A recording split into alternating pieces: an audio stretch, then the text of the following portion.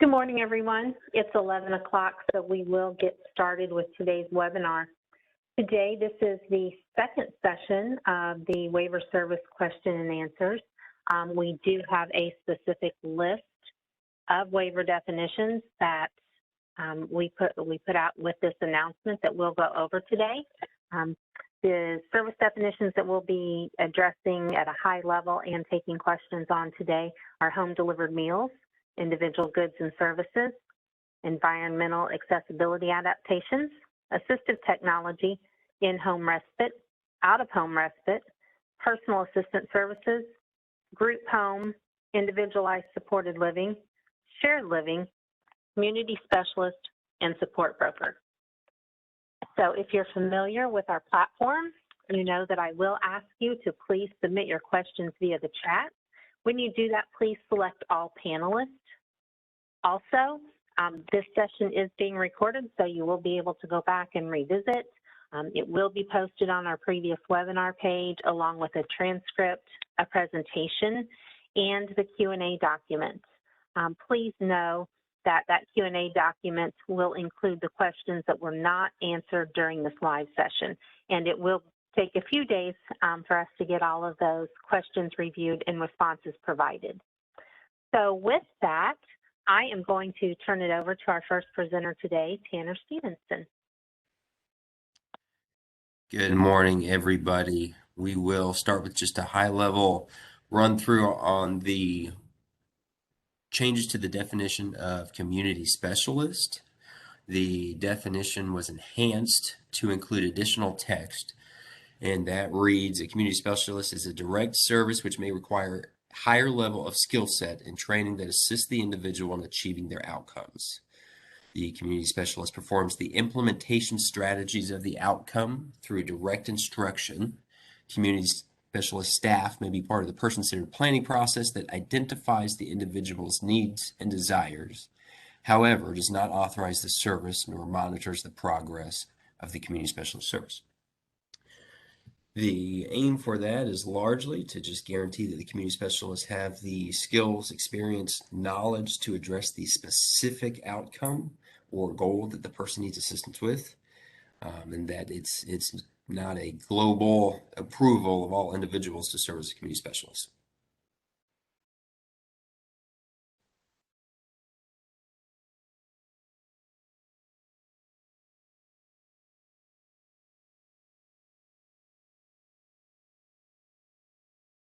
And on this slide at the top, you can see the provider categories and provider types that community specialists applied to.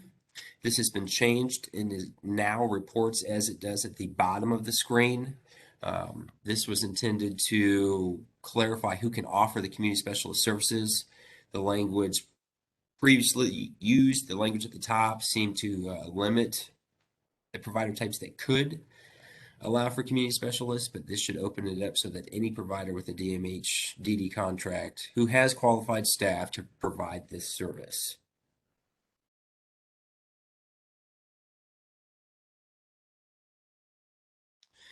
And the new service, the new waiver service, individual directed goods and service. The definition is at the very top. Just a kind of a clarification, the individual directed goods and services are services, supports, or goods not otherwise provided by another source, and that could be paid for, gifted, donated, and anything else that an individual, another resource that an individual could use to acquire these. The individual goods and services must meet the 8 required criteria, which we'll see on the next slide, that address the identified need of the individual.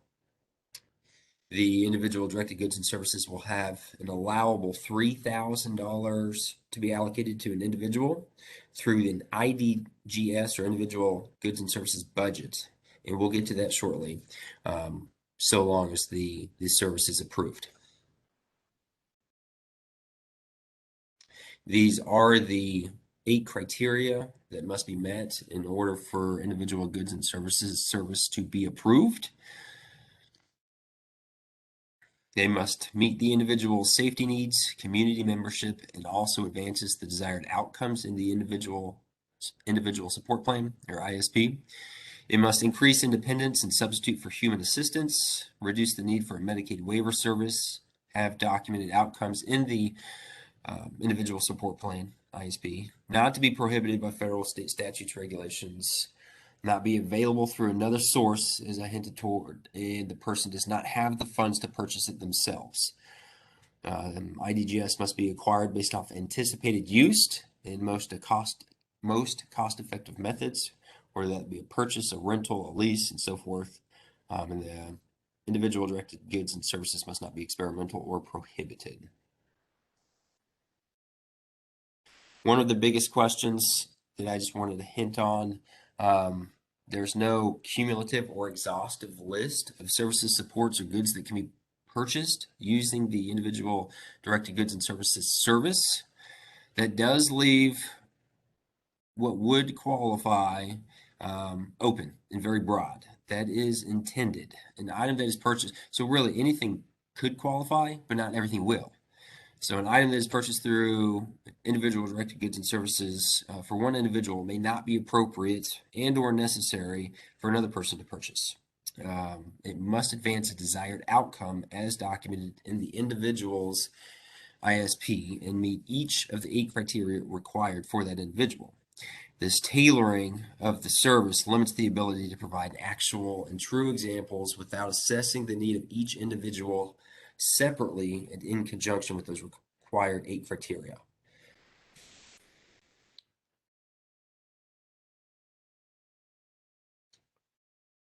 Individuals will not pay for the service and then be reimbursed.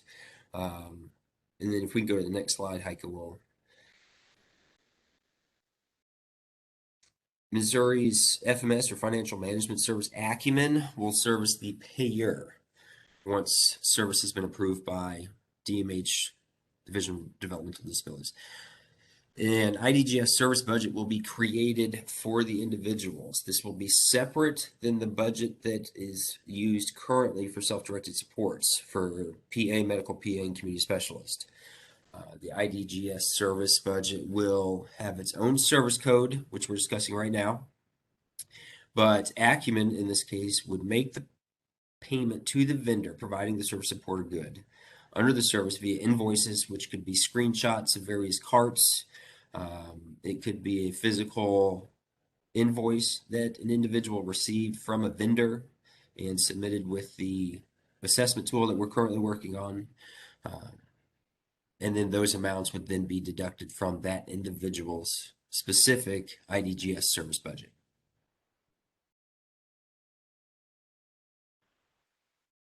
There's currently no cumulative or exhaustive list on who the providers of this service will be. Services, goods, and supports can be purchased through any vendor so long as that vendor completes a Form W-9, which is a simple tax identification number that will be submitted to Acumen for their records. It will be the responsibility of the employer to obtain that Form W-9 and submit to Missouri's Financial Management Service. And we have asked and plan on creating a cumulative list of vendors that have already submitted a Form W-9. That is not going to be repetitive, where any individual purchasing an item through IDGS service will have to receive that W-9. It will only be in the situations in which that vendor has not done so already. And that includes IDGS services provided in any other states. So long as Acumen has received that Form W-9, it will be applicable to the state of Missouri as well.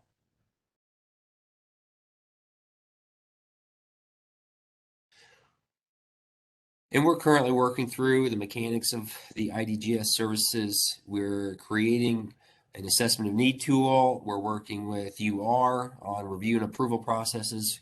We're working with Acumen on unusual billing situations, the inclusion of taxation and shipping, where we're creating the service code for the budget themselves. And once these processes have been finalized, they will be shared with everybody.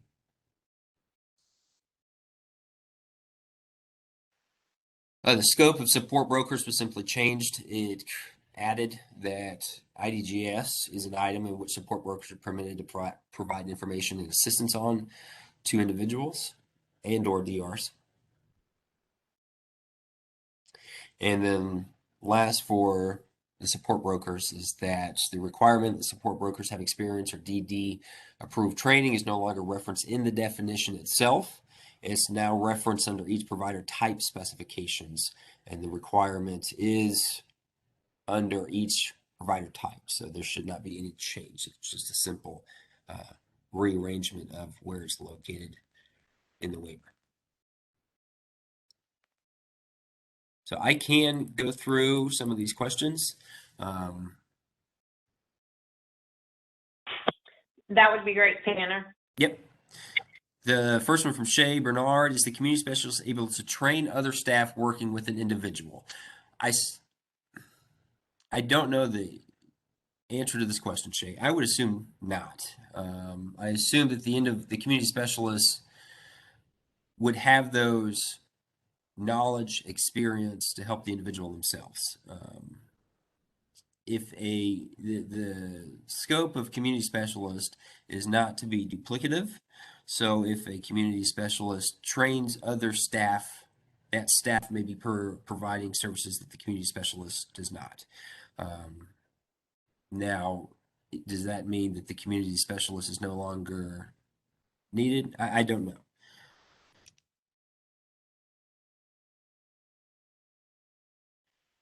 Jamie Wilcox Bender, can you give examples of IDGS service? We're reluctant to give examples, Jamie, and that's simply because it will be specific to each and every individual based off those outcomes stated in that individual's ISP. Now, if, for example, you and I sat down and went through an individual's ISP specifically, looked at those desired outcomes, how that worked in conjunction with those 8 required criteria, an example could probably be proven and given. This is something that we have worked on. We plan on creating an example ourselves using the allocation of need tool that we're developing right now. Once that is done, we can give that to you. That will serve 2 purposes. It will, 1, give several examples of what would qualify, but how they would qualify in conjunction with the 8 required criteria and the individual's desired outcomes. Shay, again, how is IDGS different than adaptive equipment, SME, DME? I don't know the answer to that. IDGS is specific to self-directed supports. But Shay, let me follow up on that one and get back to you.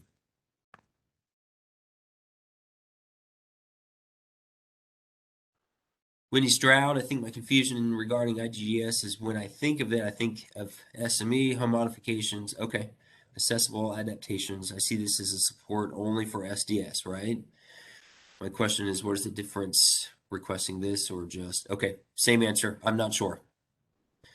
It would really fall into, and this may clarify yours, Shane, as well. So that service would be provided using the SME code. IDGS is aimed at providing good services and supports that are not otherwise available through any other means.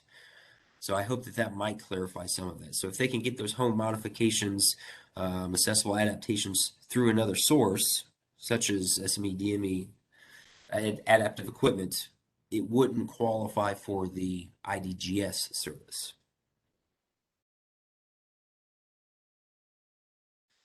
Ruth Albrecht, is the IDGS service only available to people who are self-directing services? That is correct. It is specific to self-directed supports.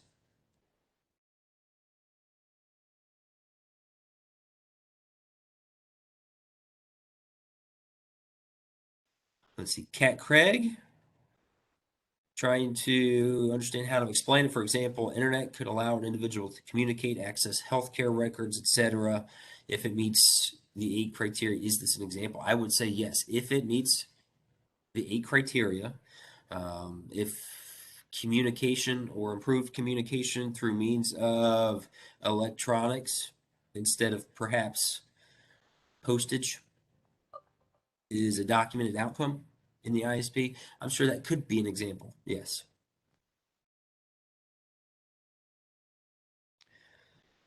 Teresa Leggett, the consumer does not have to utilize self-directed program for any other service to utilize IDGS, correct? They can use Acumen for only the IDGS. No, they must utilize the self-directed supports program.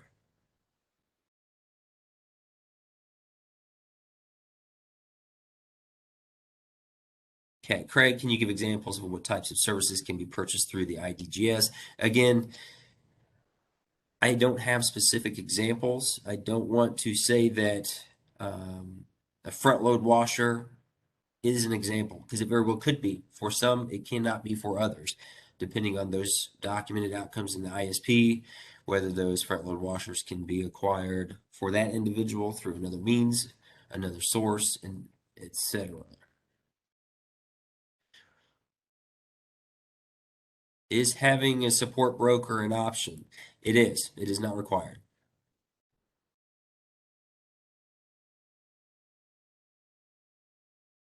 So IDGS, Greg, your question. So IDGS can only work if a vendor is willing to provide invoices and wait for payment after the service. We have envisioned Uber being a great resource here, especially for employment, but I doubt Uber will be interested in providing invoices and waiting for payment. Just want to confirm there is no way for an individual to pay and be reimbursed. Right now, there's no way for an individual to pay and be reimbursed. And largely, Greg, that's because everything must be approved prior to the service being utilized.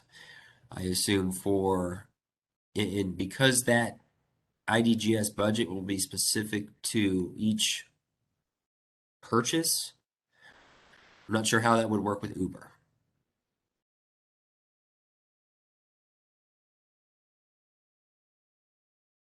How does a person use a service, an individual goods and services, if the IDGS must reduce human assistance? There are very few services that don't involve humans. How does a person use a service in IDGS if it must reduce human assistance? Kat, yes, Kat, it looks like your question is, there are very few services that don't involve humans. Again, I will stick with it so I don't get too out there with the examples. A front load washer may reduce the need for a PA to provide assistance when doing laundry. If right now the individuals have a top load washer and cannot reach down into the bottom of the washer to get everything they need, that would reduce the need for human assistance, if that helps. Do you really need a broker? Support brokers are highly recommended. They provide a lot of good information and can direct individuals to the various resources available.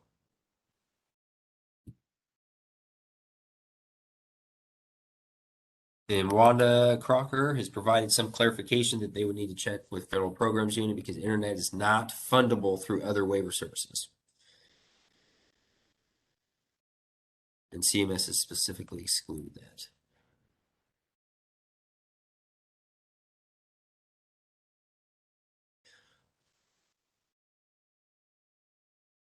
If a family, so Ruth, if your family would want to use self-directed for PA, but they are held back because they don't have a computer or internet home, could they potentially use IDGS to pay for that?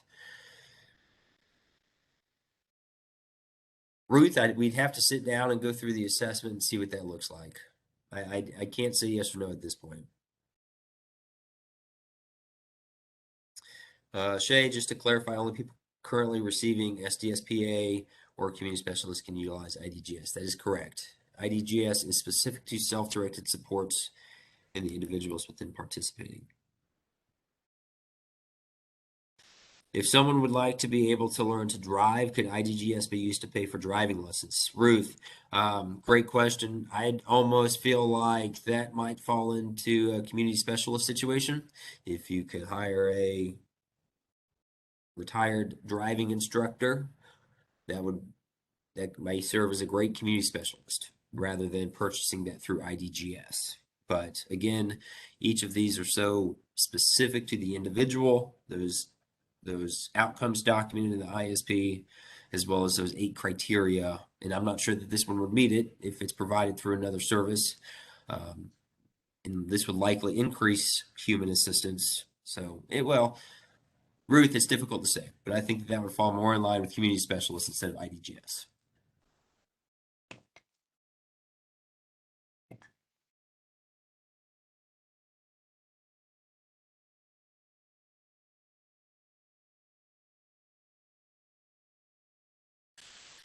Thank you, Heike. The question is there any discussion of IDGS being available to consumers not in the self-directed supports program in the future? Just trying to determine why only those in self-directed supports would be recognized as having needs outside of other waivered services.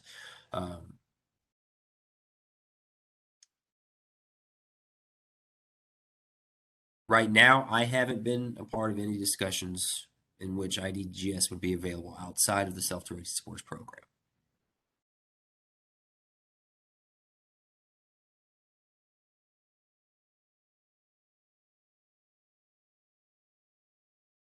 Okay, we will go ahead and move on to environmental accessibility adaption. And in our previous discussion, we did indicate that there would be the addition of language that allows for the EEA service to be used towards the purchase of an existing adaption in a pre-owned vehicle. So we wanted to add some clarifying points. Medicaid funding must be paid directly to a contracted provider. Therefore, the purchase of the vehicle must be through a DMH contracted provider. So this does eliminate the option of the individual to receive direct Medicaid funds to make the purchase on their own. The contracted provider must also submit an invoice or purchase order for the price of the vehicle adaption only and ensure it does not include the price of the vehicle or include any labor cost. Since the adaption is already present in the vehicle, there should not be any labor cost associated. As with all home and vehicle modifications, there must be an OTPT evaluation to recommend the need for the adaption or the modification. Next slide, please. Just to reiterate, the waiver funds is, of course, used only for the adaption and not for the actual vehicle costs. So there is a need to differentiate the two to ensure that we can separate the cost of the vehicle from the cost of the adaption. This can be done through multiple resources, one being the Blue Book, but there are other resources out there that are optional to use. And really what we're trying to narrow down is to determine the value of the unmodified vehicle. Whatever tool you choose to use to make this determination should be included in the request for the EA service, so there can just be a reference of where you did obtain the decision and the information. Next slide.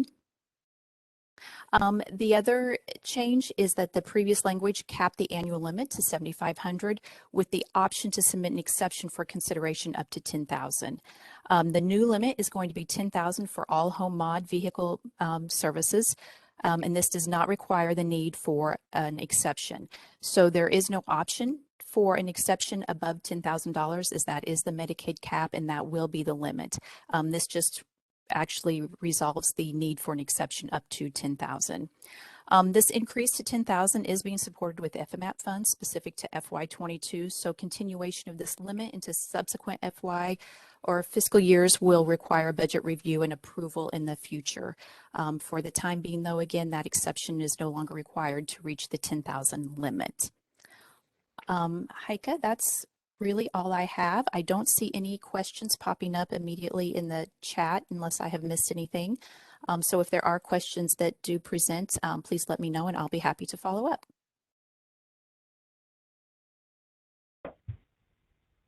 Hi, Holly. This is Emily from FPU, and I think we need a clarification. The limit is still $7,500, and you do require an exception to go up to $10,000.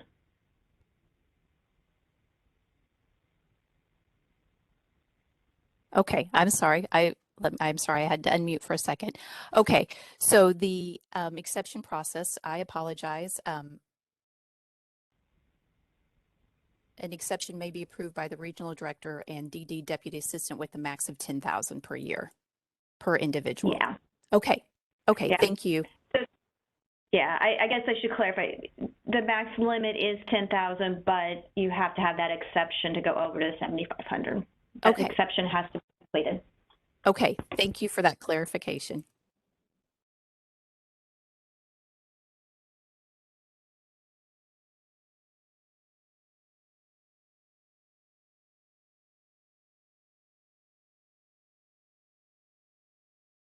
So we didn't have a lot of questions on assistive technology. I know assistive technology is still really new to some people, so just to give an overview, it's that same devices, products, and solutions that we use on an everyday basis without knowing it that our individuals can now use. And remember, as a technology first state, we think about technology, but technology does not need to stand alone. It's up for customization and connection with all other services. So please keep that in mind. And if you have any questions about that, you always feel free to contact me and we can work through specific individuals. Our main questions were concerning consulting and our new codes. So consultation is not a requirement. It can be used to help decide what technologies might be the most beneficial, but you don't have to have a consultant. The planning team can look at the situation and outcomes and decide for themselves what technologies might be useful. The other main questions we had were concerning our new codes. So this remote support code does cover all 4 codes.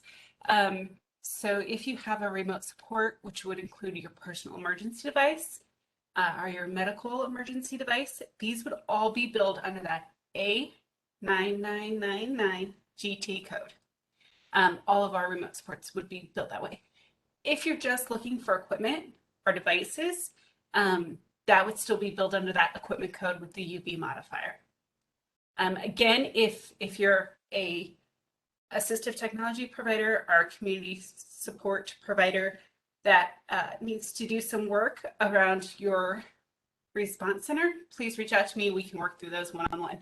And we're working on making sure that all the codes are updated on the contracts as well. And I also am not seeing any questions, so if any come up, I'll pop back over. We did have a question come in that goes back to the EAA. Shelley, if you want to take a look at that in the chat box, we could grab that question really quick. It says, what is the process for an exception to EAA?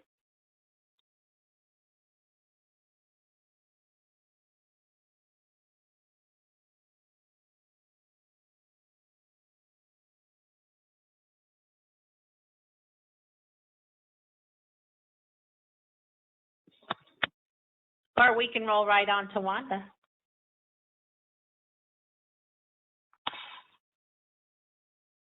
All right, we'll follow up and get that exception process later out to people.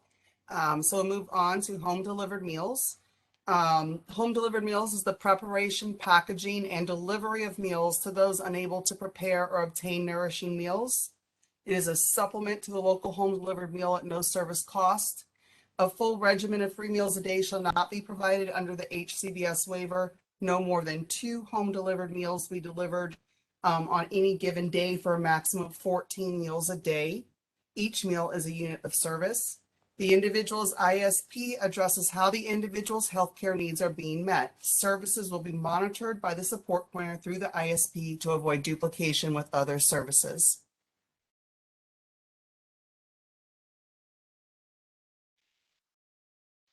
In order to receive home delivered meals, there is some criteria the individual must meet. They must be unable to prepare some or all of his or her own meals. They cannot have any natural supports available to prepare the meals, whether that is in the moment or whether that's preparing ahead of time for them to warm up for themselves. And they need to have a need identified in the individual support plan. And there's a list of the provider requirements that we went over from the last time, just to offer a reminder.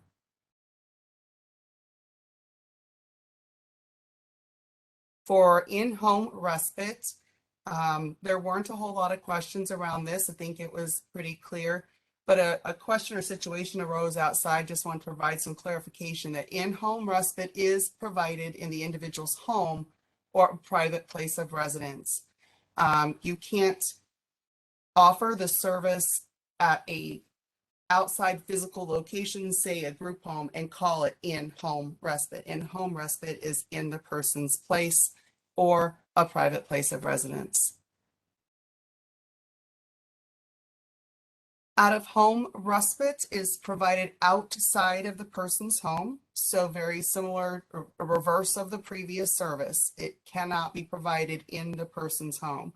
It's a short-term service due to absence or need of relief for those who normally provide care for an individual.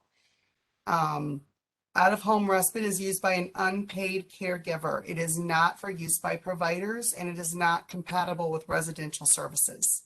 Those services meet the needs of the individual.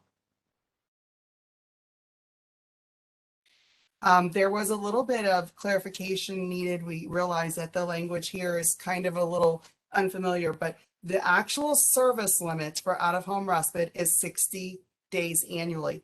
However, in the service definition, we had the unless exception approved by ROD or designee. CMS wanted to know, well, what's your hard cap if you're going to go over the 60 days? What's the hard cap that the ROD can provide an exception up to? And the exception up to is no more than 6 months. They asked us to create a hard cap. So that's not the goal. That's not the intent for everyone to ask for 6 months. In extenuating circumstances with an exception, an individual could be approved for more than 60 days of respite, but not more than 6 months. They just wanted a hard cap in there. They didn't want us to leave it open. Just a reminder on the out-of-home temporary residential that we did add some settings to the out-of-home respite, which is an awesome achievement. We're so glad to have that happen. I wanted to clarify that while these are all the sites listed, explicitly not listed, not eligible for provision of out-of-home respite is an individualized supported living service location.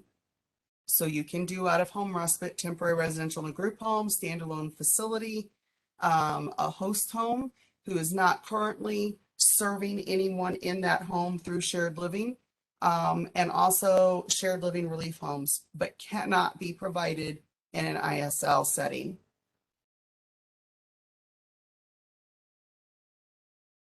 For personal assistance, there was no real core definition changes, but just a few reminders that personal assistant is always in the presence of the person.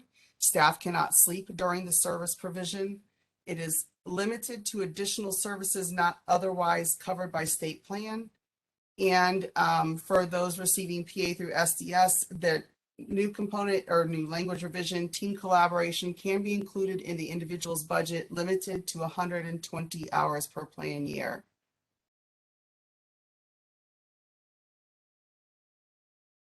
We were able to successfully maintain the Appendix K hospital support definition.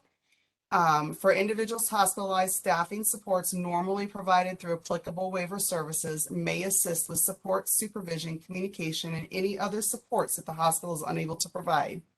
The service must be identified in the person's ISP, must be provided to meet the needs of the individual that are not met through the provision of hospital services. It is not a substitute for the hospital is obligated to provide through its conditions of participation.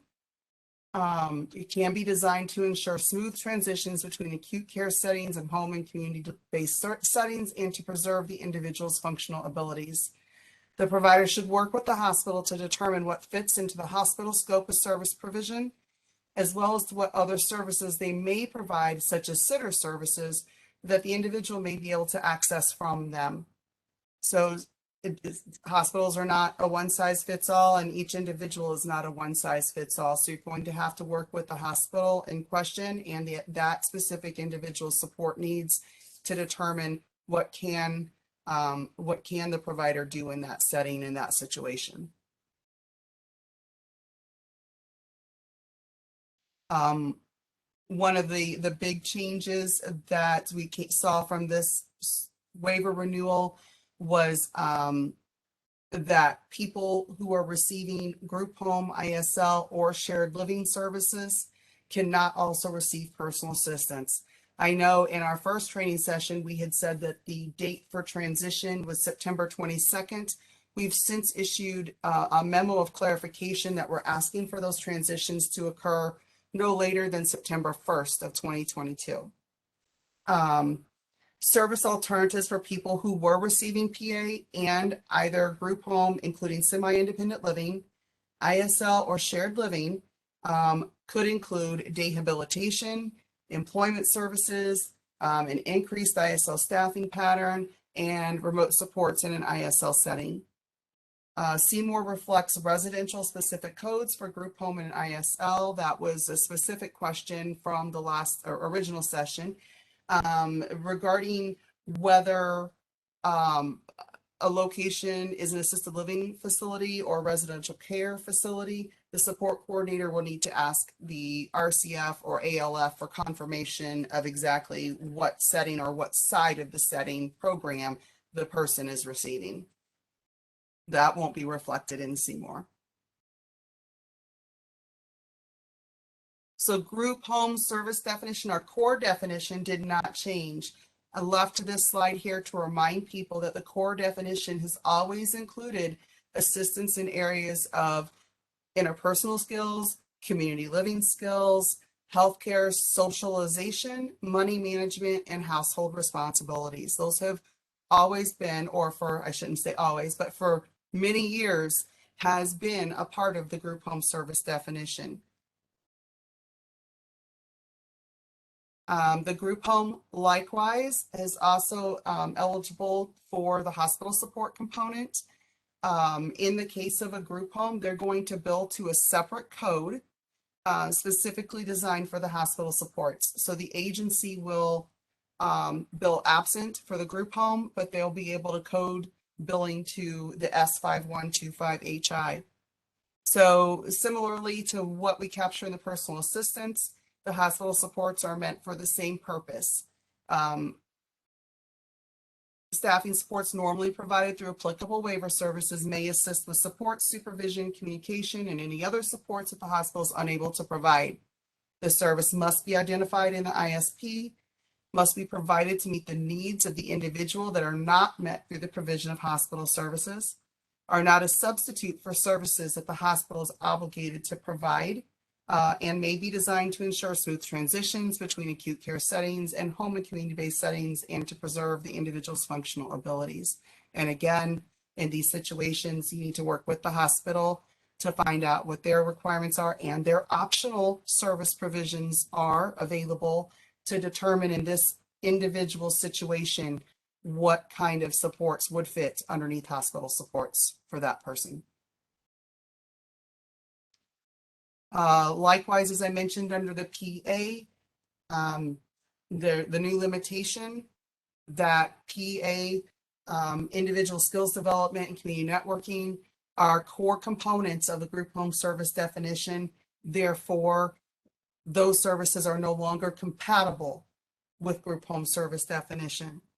So anyone receiving personal assistance, individual skills development, or community networking, and also receiving group home need to have those services transitioned to the appropriate service no later than September 1st of 2022.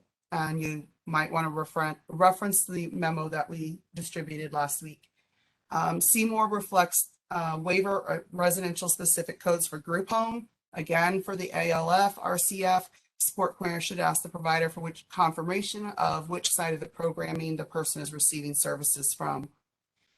Service alternatives for people who were receiving PA, ISD, or community networking in conjunction with group home, including semi-independent living, are eligible to consider rehabilitation, employment services, or remaining at their group home during the day, whose responsibility it is to ensure that they are involved in their community and have those resources available to them.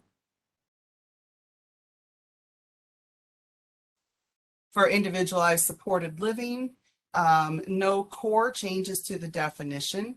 We just reflected a slight change to point out the 4 sets of principles: community membership, self-determination, rights, and meeting basic needs. ISL services are provided in the home in which the home in which a person receives ISL services is a private dwelling, not a licensed facility. So again, just tweaking a little bit of language there to support the home and community-based services. And of course, reiterating that each individual in the home has free choice of provider and is not required to use the same ISL provider chosen by their housemate. In a scenario where one person in a home selects a different provider, therefore they are not sharing a provider with the other housemates, they're not sharing a staffing pattern with the other housemates, completely separated, then the single person ISL guidance will apply to the person who is choosing to select a different provider. Also, as in group home, we have the individualized supported living also eligible for the hospital support component. That would bill to the S5125HI. Same reiteration, it must be identified in the person's ISP, must be provided to meet the needs of the individual not met through the provision of hospital services, are not a substitute for services that the hospital is obligated to pay for, can be designed to ensure smooth transition between acute care settings and home and community-based settings, and to preserve the individual's functional abilities. And again, you'll work with that hospital to find out what their requirements are to fulfill their federal or state law, and what other services they might also offer as a hospital, such as sitter services, and evaluate the individual situation with that individual hospital to see if there are supports that the ISL service could offer to the individual. As we talked in previous services, the personal assistance, individual skills development, and community networking are components of the individualized supported living service. Therefore, they cannot be authorized in addition to individualized supported living services. So individuals who are currently receiving a combination of PA, ISD, or community networking and ISL must be converted over to the appropriate alternative no later than September 1st of 2022 per the memo. Service alternatives for people who are receiving PA, ISD, or community networking and ISL services include rehabilitation, employment services, increased ISL staffing patterns, and technology first, remote supports when they're receiving ISL services. Excuse me. Shared living, again, our definition to the core did not change. Shared living is about sharing life experiences in the community with a family. So that core did not change, whether they're sharing a home with a host or whether they are opening their home, whether the individual is opening their home to a companion. So while shared living is often sharing the experiences of belonging to a family or sharing a home with a person, there are service expectations that are to be met regarding the care and support to develop skills, to belong to their community. It's not simply a service that's providing someone's home. It still has to be home and community-based compliant, and it still has to include community inclusion and independence. Transportation for the shared living provider, host, or companion is included in the shared living rate. Additional transportation to a day program may be authorized in addition to the shared living service definition. Transportation to community activities provided by the host or companion are components of the shared living budget and may not be authorized separately.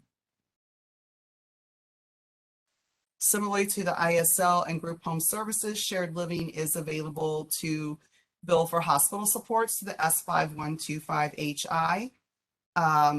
Same reiteration there, must be identified in the ISP, must be provided to meet the needs of the individual or not met through the provision of the hospital supports, cannot substitute for services that the hospital is obligated to provide through its conditions of participation, may be designed to ensure smooth transitions between acute care settings and home and community-based settings, and to preserve the individual's functional abilities. Again, you work with the hospital, with the individual's unique circumstances and their medical need in that moment in that hospital to determine what the hospital's responsibilities are and what the shared living service provider might be able to code through the S5125. The shared living service, like ISL and group home, includes components of personal assistant, individual skills development, and community networking within the service implementation. Therefore, it is incompatible with PAISD or community networking. All individuals currently receiving PAISD or community networking and also receiving shared living services must have their service converted by September 1st, 2021. Service alternatives are for consideration employment services, rehabilitation services, or choosing to remain in their own home with the supports provided there. So I am going to go back up. We have a little bit of time. Trying to go up because there were a few other questions.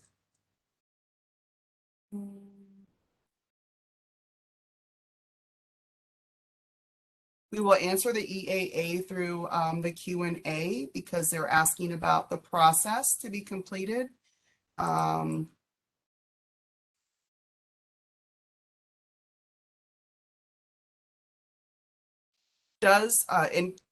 Holly, I know you're still on, but I'm going to hit this one for you so you don't have to come off of mute. Do all 4 components of assistive technology bill as the A9999GT, or what if there's just a couple of the newer codes?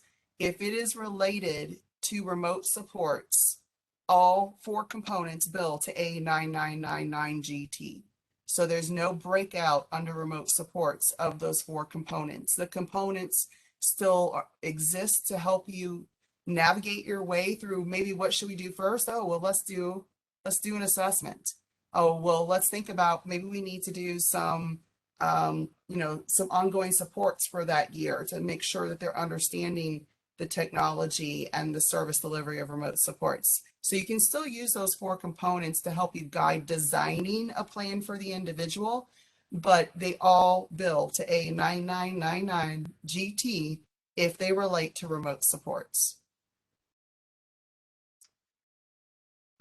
Greg asked if a residential provider is not meeting the community networking needs of an individual, would that be addressed through IQMFD and an eventual referral to PR? Yes, it would be an IQMFD entry, and when a pattern comes into realization, then yes, that needs to be a referral to PR so that we can work with that provider to determine what the barrier is to them providing the service definition that they are required to provide. Good question, Greg. Sanat asked if we can provide a copy of the slides, and absolutely, yes, ma'am. It will be posted with the Q&A and the recording when it is available. Usually we try to provide those slides ahead of time, but we were trying to get this out in short timelines so we could provide clarification quickly. So yes, ma'am, look for that to be posted when the recording is posted. I think there's another question. Single person ISL guidance. I'll include the link to that in the Q&A when we post that, but it is on the division website. That's something that I do because I know sometimes that things aren't right at my fingertips, is I just put in the search box, single person ISL guidance, and that might be the quickest way to find it. but I'll be sure to put that link in our Q&A if I'm not able to put it into this box before we log off today.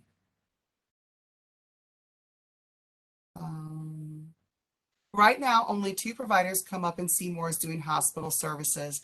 Do we know when other providers are going to add this to their contract? So that is an awesome technical question.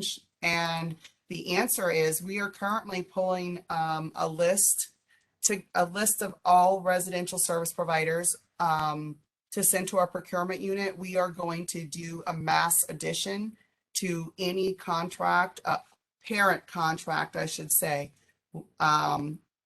because some providers have a parent contract and might have 10 sites underneath it. So we will make sure that that billing code is available on every parent organization contract who provides shared living, group home, or ISL. If they come into a situation where they need to use that service before it gets on their contract, they just need to notify their provider relations vendor service coordinator. And if they're not sure who that person is, they can look it up in Seymour under contacts, because we have created a provider relations vendor service coordinator for every provider in Seymour under their contacts list. So we're going to try to do it through providing a procurement unit with a spreadsheet, so they can just work through that spreadsheet and get it done versus sending them, 140 individual requests. But that might take a few weeks. We have to pull the report, and then the procurement unit has to work through that. So if there's a need prior to that, please let your vendor service coordinator know, and they will facilitate getting that added.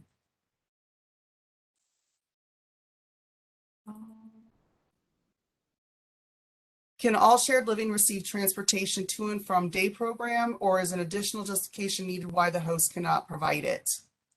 That's a good question, and let me ponder that. You're still going to have justification for the service need. Every service has to be justified. So yeah, you're probably going to have to explain why the host is not available to provide it, especially if it's a situation where the host lives, 5 blocks from the day program. So there's always going to be justification needed for any service request. Maximum number of units you can receive was hospital supports, S5125. That is an awesome question. And I would have the answer if I had my rate sheet spread up, which, don't you know, I should always have that open, because someone always asks me that, something that's on my rate spreadsheet. Let me see if I can find it for you really, really quick. Unless Emily has that right off the top of her head.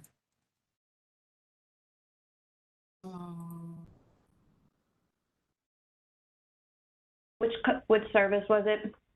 Hospital supports. Looking through my procedure codes to see if I can find it really quick. For which one, Wanda? Hospital supports. For residential or?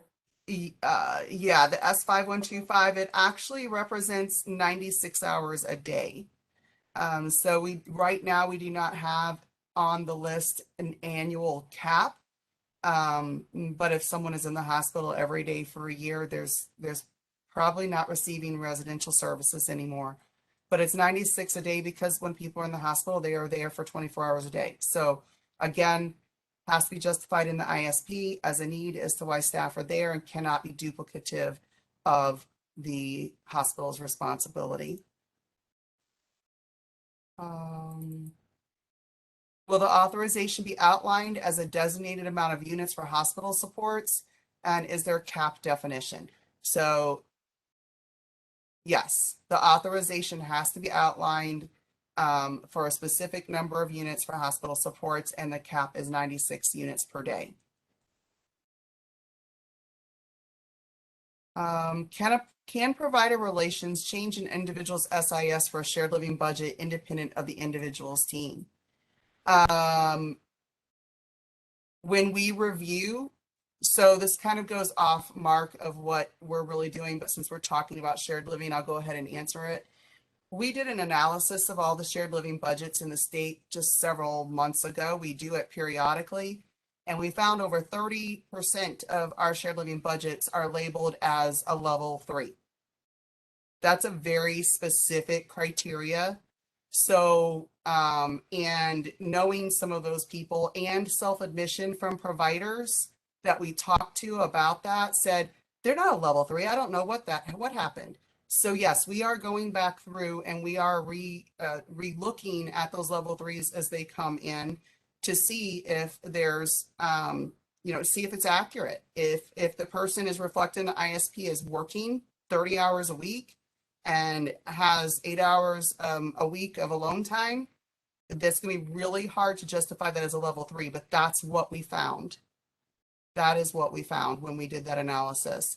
So what would be happening is PR would be working with the provider to say, hey, this is what is in the ISP, but you're saying this, what's different? And we may be recommending, well, we have to go on what's in the ISP, just as UR does. So if the evidence isn't there, then the planning team may need to get back together to determine what's missing from the ISP that actually justified them as a level 3 that's not written there. So no, it will not be independent. It will be a work with the provider. The provider is always a part of that discussion. And looping in, many of them loop in the support coordinators as a natural part of that process, but maybe we should look at a formal process for that, for those support coordinators who would like to be more involved in that. But again, it has to be in the ISP. And if it's not, then it has to be budgeted accordingly. What providers are doing home meals right now? It's something called the area associations on aging, which are also dually contract with state plan for meals. That there was a limitation, kind of when it was in Appendix K, people or meal providers weren't really sure what to do because it's a temporary service, right? So that is open for more providers to explore. Perhaps I think an example I gave in a previous training was a day hab provider who has an operating kitchen, who also can access with a dietitian and who can meet the needs of the service area and the service definition, could contract to provide this service. I think now that it's a permanent service, we'll see more people showing interest in its delivery. And want to remind people that it is limited only to the community support waiver. So that is not a service that is eligible in all waivers. It is a limited service delivery.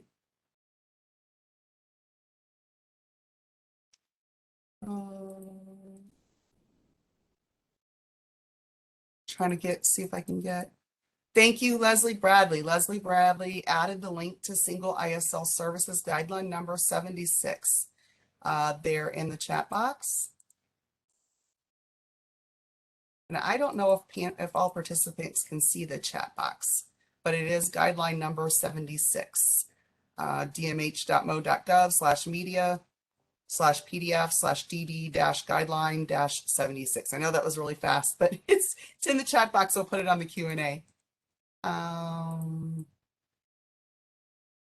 What about providers who are not residential, but who might be able to offer the hospital services, like providers who offer PA or ISD? So PA can provide hospital services, and it's billed through personal assistance. So they don't need a special code added to their contract. A PA provider would bill personal assistance for hospital supports that meet the service definition. Typically, they're going to be doing that for people that they serve and they support, because you're going to be saying that the hospital can't do this. They can't do this for this individual's unique needs, unique reasons. So typically, it's going to be staff who's familiar with the individual. ISD is not eligible for hospital supports. It's a PA provider, a group home provider, ISL provider, or shared living. And group home, ISL, and shared living would be providing it to people that they support through those services. And so maybe we can go back and do a little clarification on that. It's not intended for you to offer hospital supports to people that you don't know, that you don't support, that call you today and say, can you do this tonight? Because that's not the intention. But let me go back and talk with FPU and our management and get a real clarification, because I can see how people might be confused by that.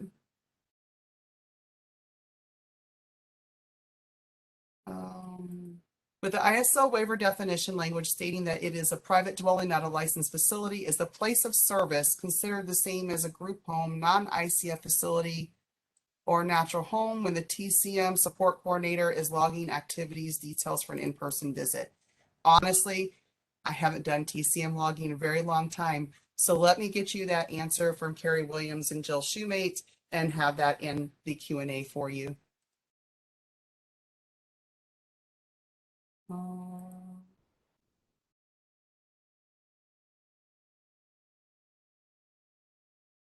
So Emily posted for EAA, hasn't that process always been that way? We just complete the waiver exceptions form and request to the $10,000. What changed was the 10,000 limit was specified in the waiver language. And Dawn just confirmed that you all cannot see Leslie's post. Heike posted it again. Thank you, Heike. All right. I know we're 1 minute over. I think we got through every question, or at least noted if there was a question that we need to follow up in the Q&A if we weren't able to do it today. So we will follow up with those things. And I'm going to pass it back over to Heike to close us out. Thanks, Londa, and thank you for everyone that attended today. We had a very large group on here. We had approximately 300 folks.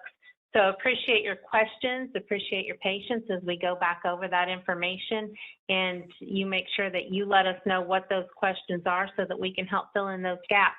As previously mentioned, the recording, the PowerPoint, the transcript, and the Q&A document will all be packaged together on the previous webinar page for October, on the date will be attached to today, October 25th.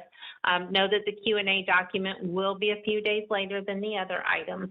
But again, thank you for joining us. And please know there is the third session, the third Q&A session for waiver service definitions will be on November 11th. So if you missed that in the email blast, you can go to our division webinar page. I'll plug those links in real quick for folks and stay on for a minute so that you have them. And with that, yeah, Ruth, you're right. If I said something different than November 4th, you are spot on. It is November 4th. I may have said the 11th. So November 4th, I'll post a link to the correct location for that information. So thanks for that clarification. And with that, we will call it a session. Thank you.